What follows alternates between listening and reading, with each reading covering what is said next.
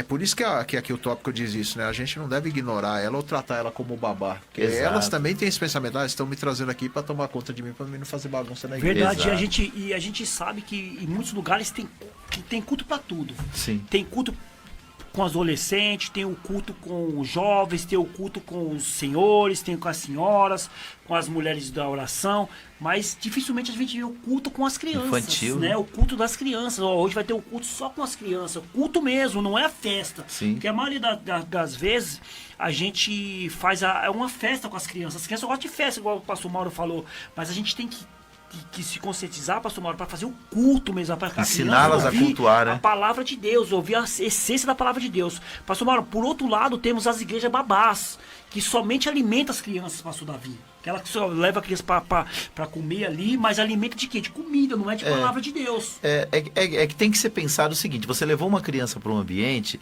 esse ambiente tem que ser pensado para ela se sentir confortável. Só que se é na igreja, você tem que pensar que ela, não só no conforto dela, mas no futuro dela.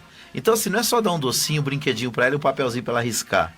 Você tem que pensar num cronograma de ensino, lógico, na linguagem dela. Esses dias, eu estou arrecadando alguns livros para levar lá para a casa de recuperação, que o pastor Hamilton está preparando uma biblioteca lá.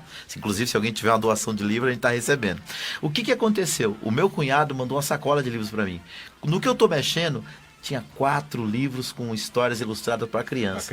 Na hora eu liguei para ele, pedi autorização para pegar aqueles livros para as crianças e mostrei para a professora, que é minha filha. Nossa, ela ficou encantada. Ela falou, assim que a gente voltar à salinha, porque por causa da pandemia a gente está um pouco parado, por causa que o ambiente lá é fechado.